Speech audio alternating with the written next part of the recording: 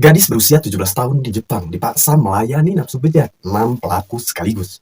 Ya hanya itu, korban juga disekap selama 40 hari dan juga disiksa. Kemudian setelah korban meninggal dunia karena nggak kuat menerima semua siksaan kejam yang mereka lakukan terhadap si korban, jasadnya dimasukkan ke dalam drum minyak, kemudian dimasukkan cairan beton cair hingga mengeras. Penasaran kisah selengkapnya? Tonton terus.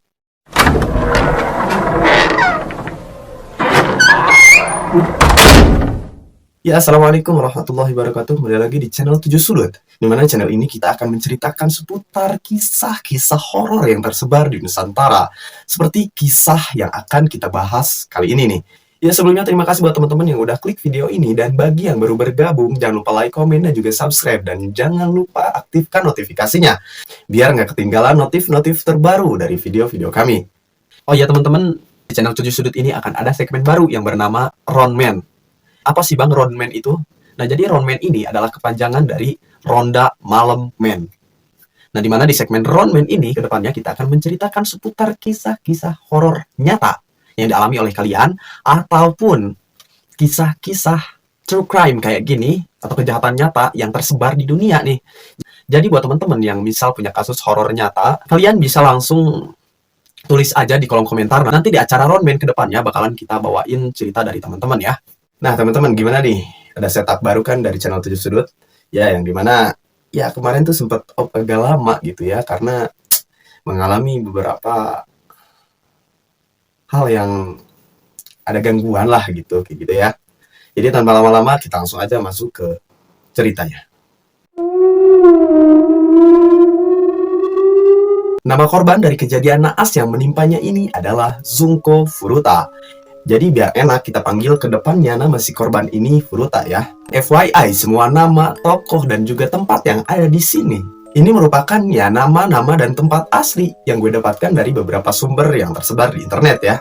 Furuta lahir pada tanggal 18 Januari 1971 dan dibesarkan di Prefektur Saitama. Tempat ia tinggal dan dibesarkan bersama kedua orang tuanya, kakak laki-lakinya, dan juga adik laki-lakinya.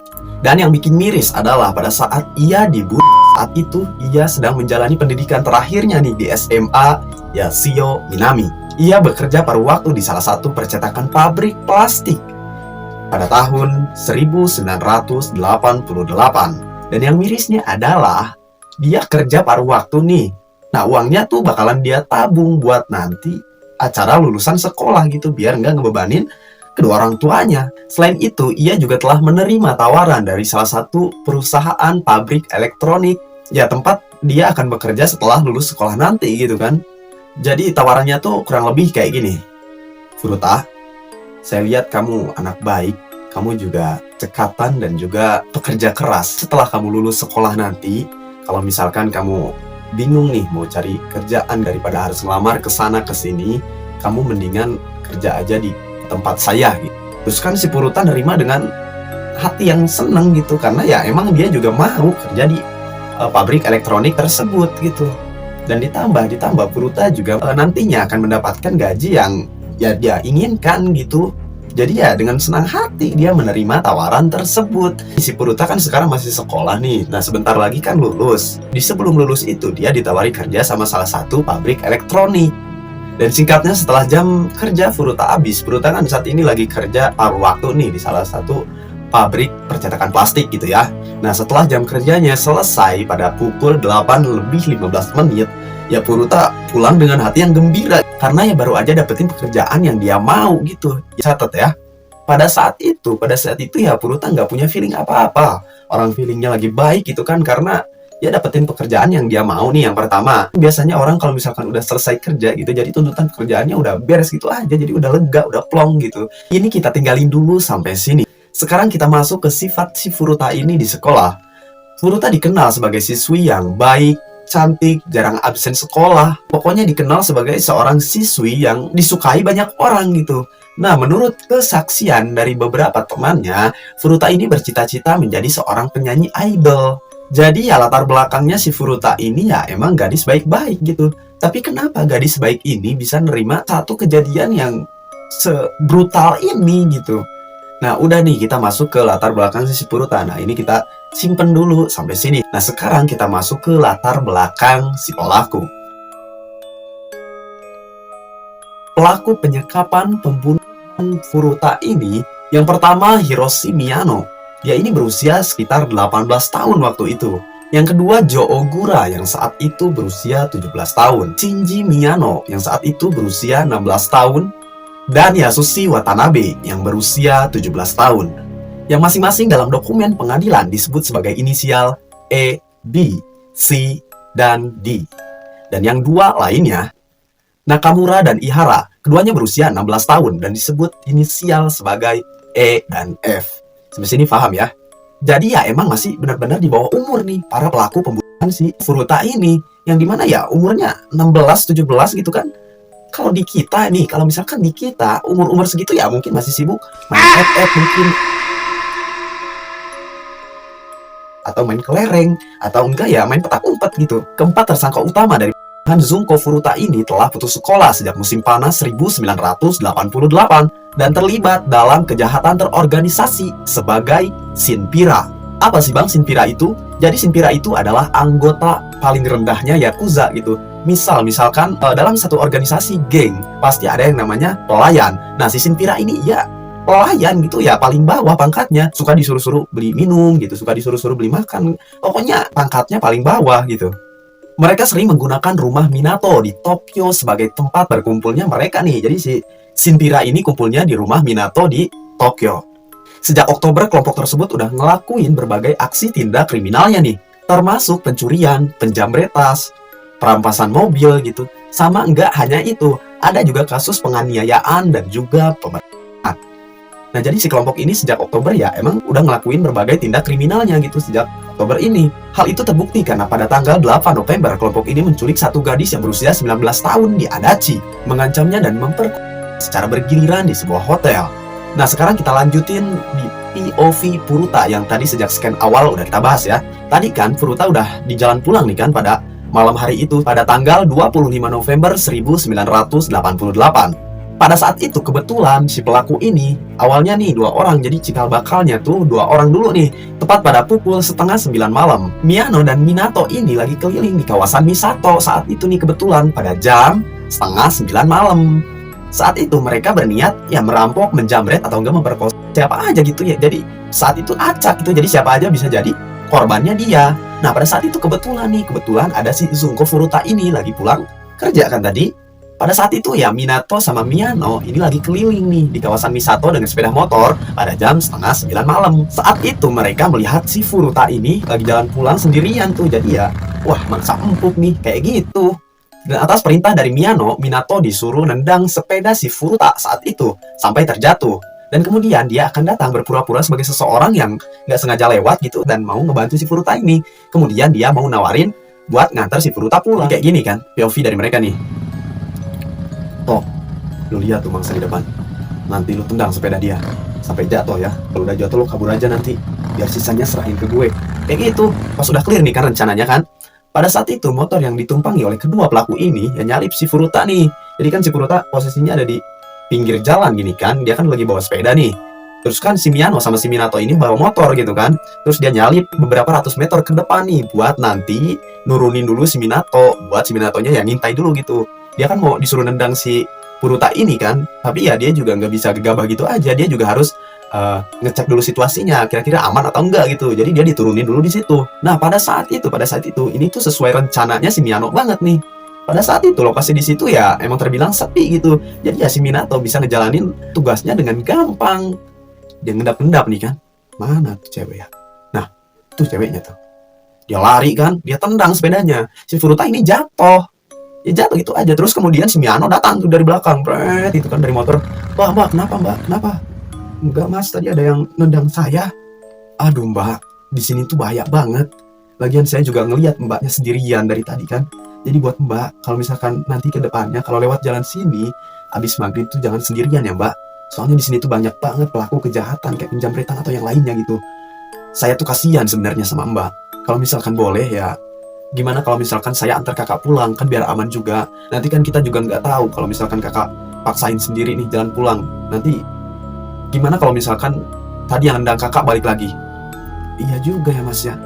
Ya udah deh mas, boleh itu. Pinter banget dia. Nah kemudian pada saat si Miyano udah berhasil ngeyakinin si Furuta buat nganterin dia pulang gitu kan, nanti sepeda saya gimana? Sepeda kakak nanti diamin dulu aja di situ biar saya nanti kontak teman saya buat anterin sepeda kakak ke rumah. Kakaknya naik aja sama saya di motor biar lebih aman, lebih cepet juga kan. Kayak gitu. Jadi sepedanya ditaruh aja nih, sepeda si Furuta ditaruh aja di situ. Kemudian si Furutanya naik ke boncengan si Miyano ini.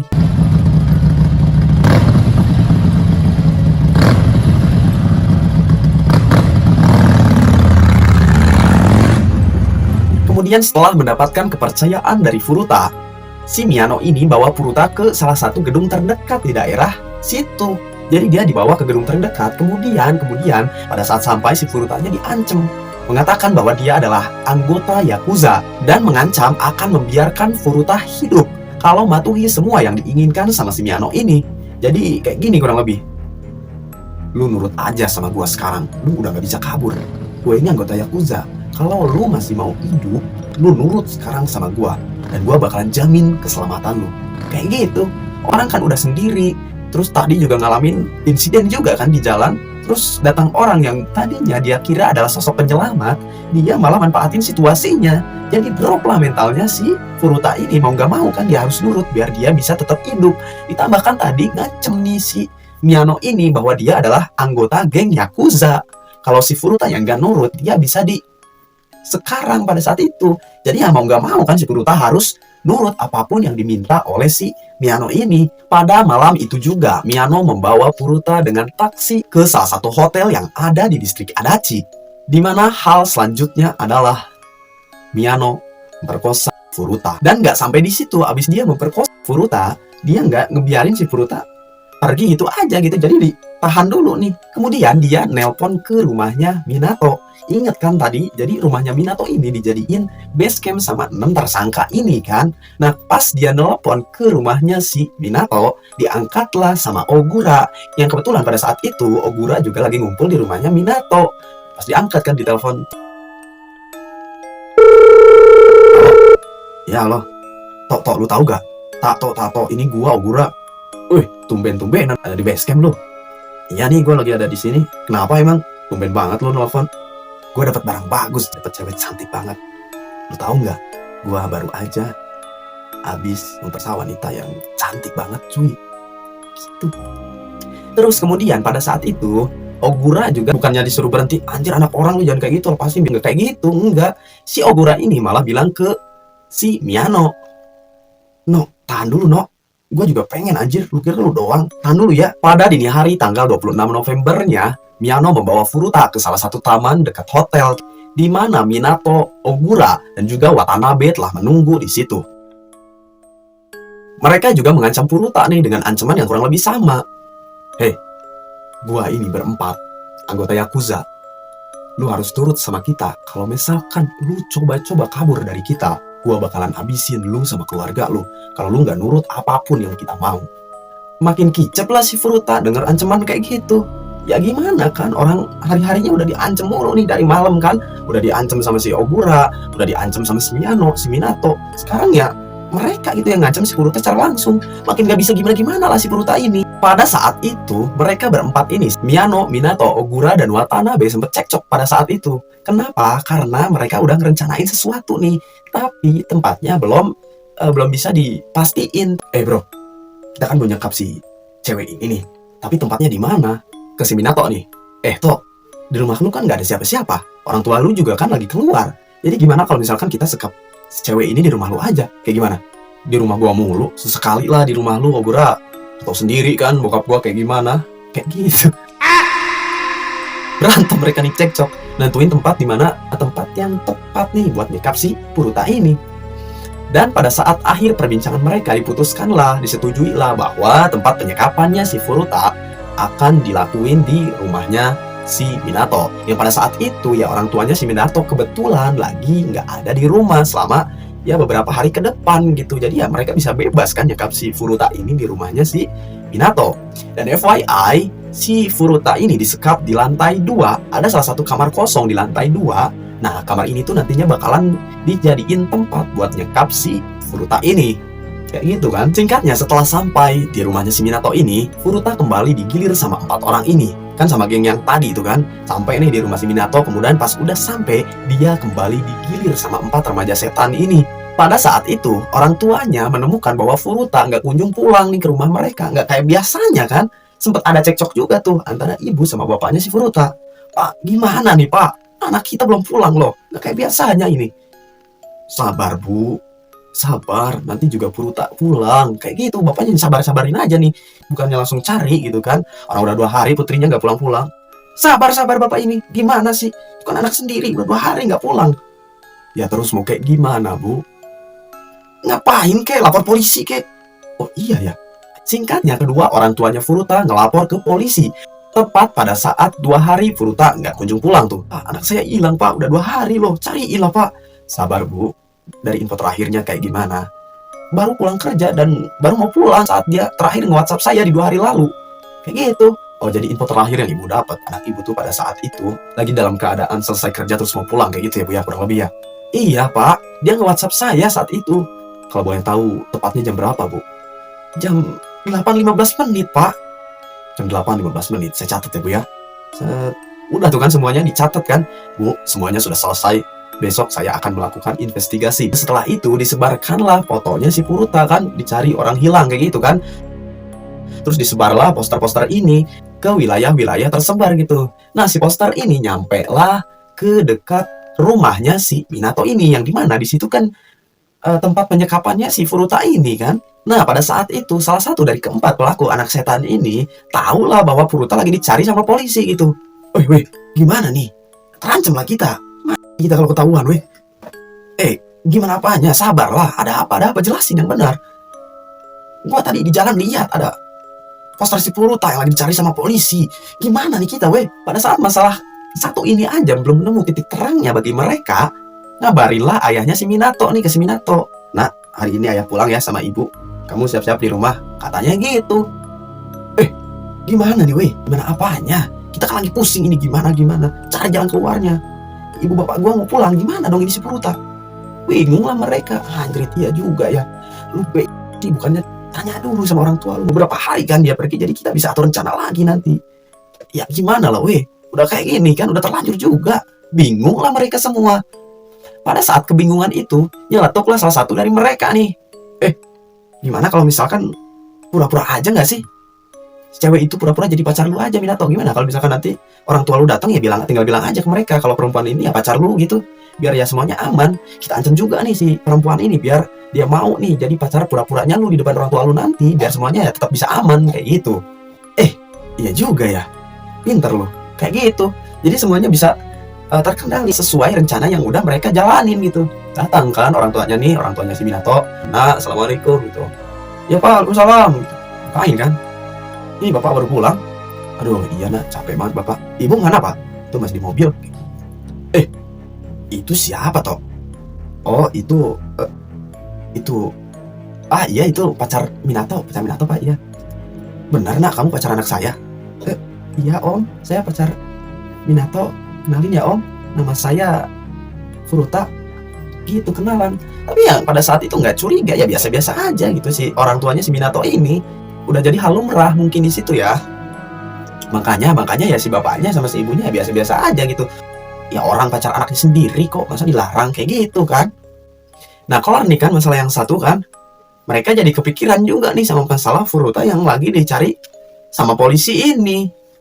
Iya weh, masalah yang satu kan udah beres ya. Tapi kayak gimana nih masalah yang satunya? Furuta kan lagi dicari polisi nih. Terus kayak gimana kita? Bingung lah juga mereka di situ. Ya juga ya weh, aduh gimana nih? Apa kita aja ya dia ya? Gila loh, udah tahu kan ada orang tua gua, ya pasti mereka tahu lah. Terus gimana kalau misalkan nanti dia ngelaporin kita? Iya juga ya weh, apa kita bunuh aja orang tua lu sekalian? Lu gila ya? Kayak gitu marah lah si Minato kan, orang tuanya mau ikut dibunuh juga kan? Jangan cari yang lain, cari cara atau mereka yang lain. Nah, gimana kalau misalkan kita paksa si Furuta nih buat nelpon ke orang tuanya? Kita ancam lah dia, kita bikin skenario bahwa sekarang seolah-olah si Furuta ini kabur dari rumah nih selama 2 hari ini. Dan sekarang posisi dia ada di rumah temennya dan keadaannya baik-baik aja kayak gitu. Gimana menurut kalian? Nanti kalau curiga gimana? Nanti kalau misalkan si Purutanya ngomong ke orang tuanya kayak gimana? Bodoh, kita ancam dulu lah dia. Dia kan nurut sama kita kan. Kita ancam lebih keras lagi biar supaya dia nurut. Dia ancam lagi lah si Furuta kan. Nurutlah akhirnya si Furuta. Nelpon kan ke orang tuanya.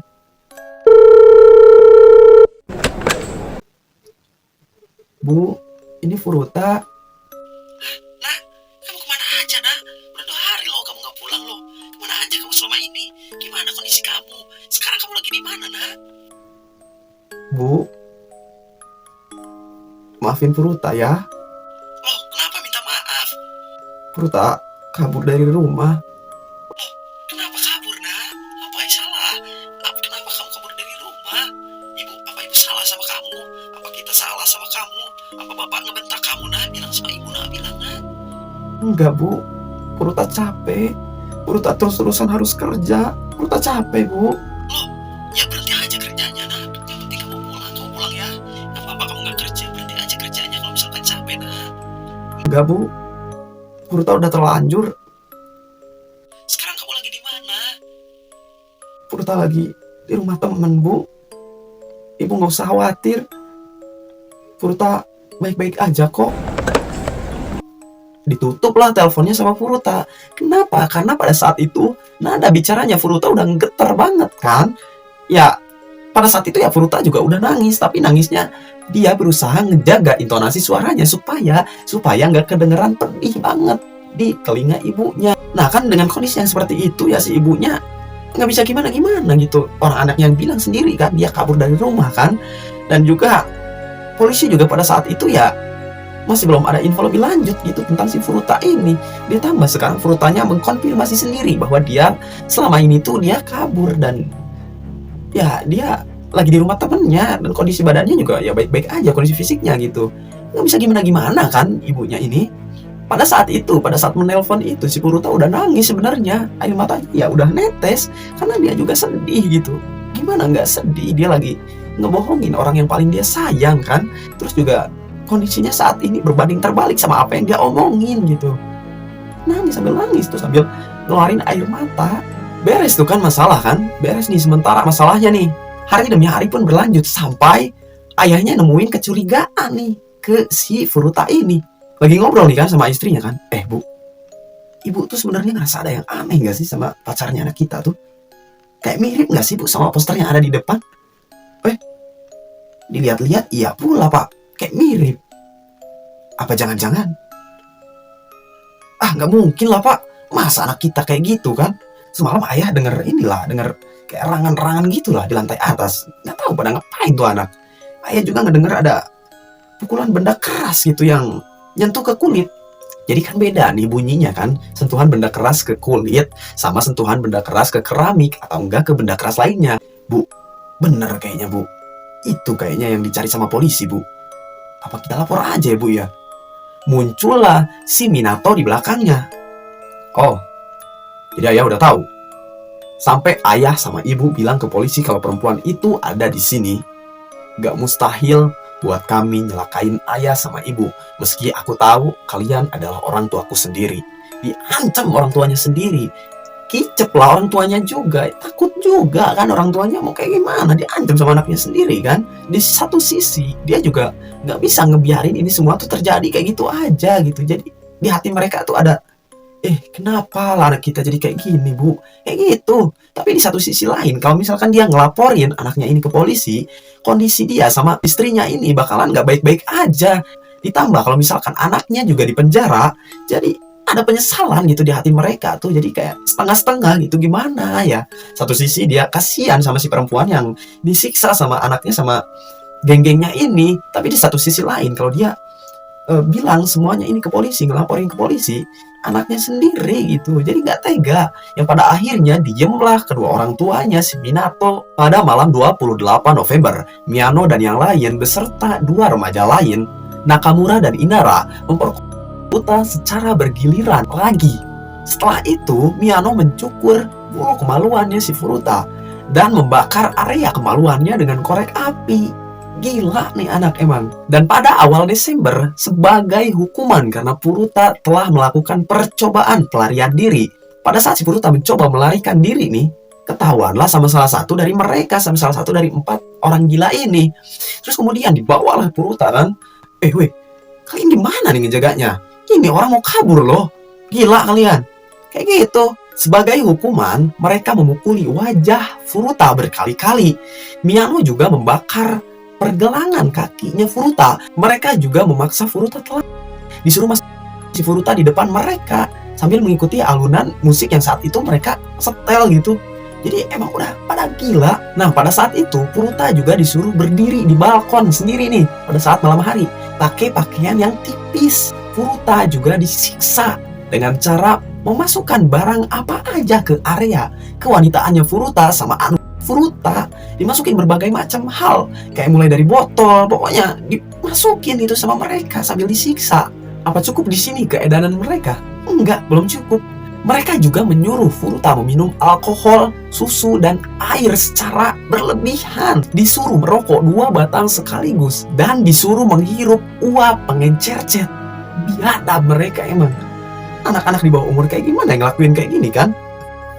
Naas, karena pada satu insiden di pertengahan bulan Desember,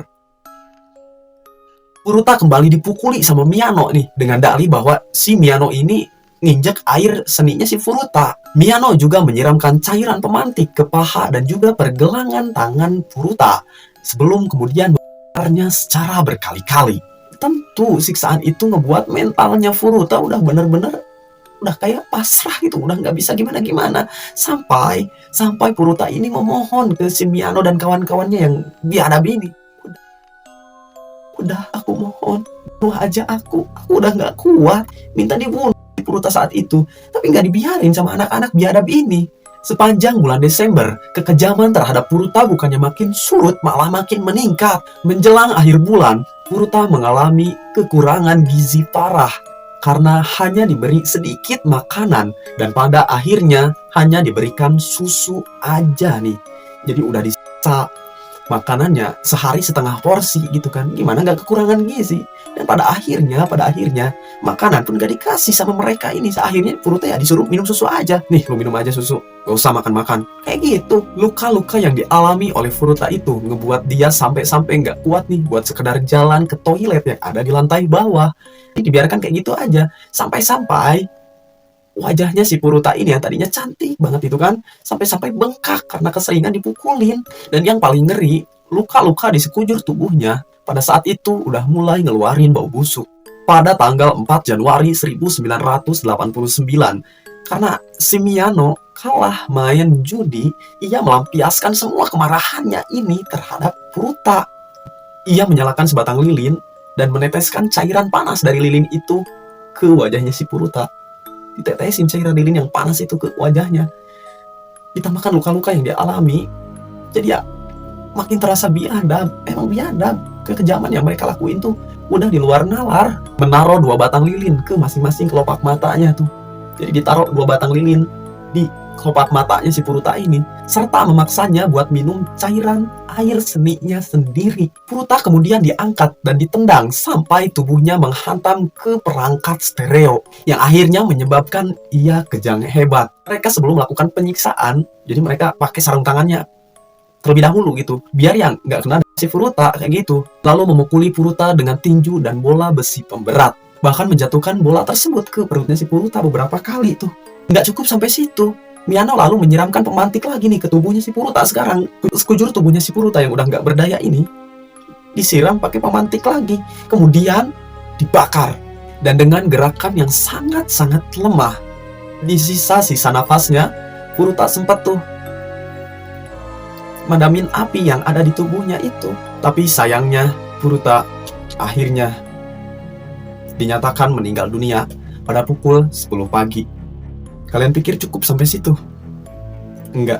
Kurang dari 24 jam, kakaknya Minato ngubungin si Minato nih, yang pada saat itu ya si Minatonya lagi di luar. Tok, lu pulang nih sekarang. Kenapa bang? Ada apa? Cewek yang kita sekap meninggal. Hah? Iya, udah gak nafas. Kayak gimana nih kita? Pulanglah kan si Minato. Karena ketakutan dengan semua kejahatan yang udah mereka lakuin nih.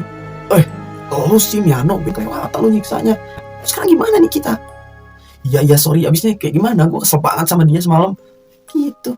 Terus sekarang mau gimana? Udah gak usah ribet lu pada, kita bungkus aja yuk.